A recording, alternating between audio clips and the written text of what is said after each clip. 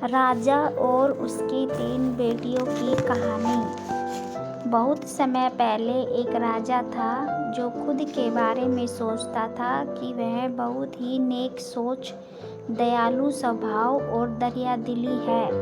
उसे लगता था कि वह स्थितियों को सही से समझने, हर बात पर न्याय करने और हर विषय में उचित विचार रखने वाला व्यक्ति है।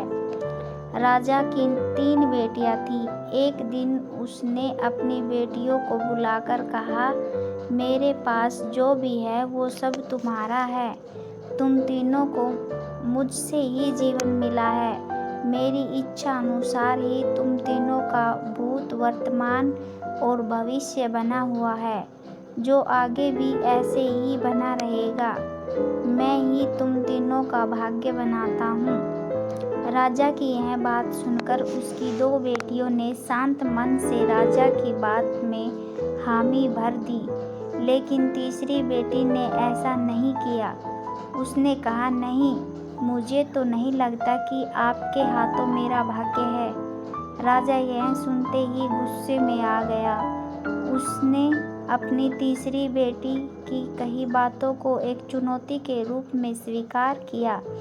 उसने खुद को अपनी तीसरी बेटी के सामने सही साबित करने की ठान ली और उसे जेल में बंदी बना दिया। इसी वजह से राजा की तीसरी बेटी कई सालों तक जेल में ही बंद रही। राजा और उसकी बाकी की बेटियां राजसी जीवन जीते रहे। राजा मन ही मन सोचता है कि यह मेरा ही हुक्म है जो मेरी जिद्दी बेटी जेल में कैद है। लोगों को भी यही लग रहा होगा कि राजा का ही हुक्म है जो उसकी बेटी को ऐसा भाग्य मिला है। उसकी प्रजा के लोग भी यही सोचते थे। उन्हें लगता था कि राजा की तीसरी बेटी ने जरूर कोई गलत कार्य किया होगा, तभी उसे जेल में कैद करके रखा गया है, वरना कोई भी पिता अपनी बेटी के साथ भला ऐसा क्यों ही करेगा। राजा कभी कभी जेल में कैद अपनी तीसरी बेटी से मिलने के लिए जाता था। उसकी बेटी बहुत कमज़ोर हो गई थी, लेकिन अभी भी उसके विचारों में कोई बदलाव नहीं आया था। मगर राजा अपनी कमज़ोर होती बेटी की हालत और न देख पा रहा था। एक दिन उसने अपनी तीसरी बेटी से कहा, इस तरह से तुम्हारा जिद करना मुझे बहुत गुस्सा दिलाता है। अगर तुम इसी तरह मेरी आंखों के सामने रही तो गुस्से में मैं न जाने क्या कर बैठूंगा। मैं तुम्हें मौत की सज़ा भी दे सकता हूँ, लेकिन मैं एक अच्छे दिल का हूँ, इसलिए मैंने सोचा है कि तुम अब मेरे राज्य के पास के ही एक जंगल वाली जमीन पर जानवरों के साथ रहोगी। राजा ने आगे कहा, उस जंगल में सिर्फ उन्हीं लोगों को रखा जाता है जो मेरे आदेश का पालन नहीं करते। तुमने भी अपनी जिद की वजह से मेरी बात नहीं मानी, इसलिए तुम भी अब वहाँ मौजूद लोगों के साथ अपना पूरा जीवन काटोगी। इसके बाद तीसरी बेटी को उस जंगल की जमीन पर रहने के लिए भेज दिया गया। वहाँ वह फल और सब्जियाँ खाने और एक गुफा में रहने लगी।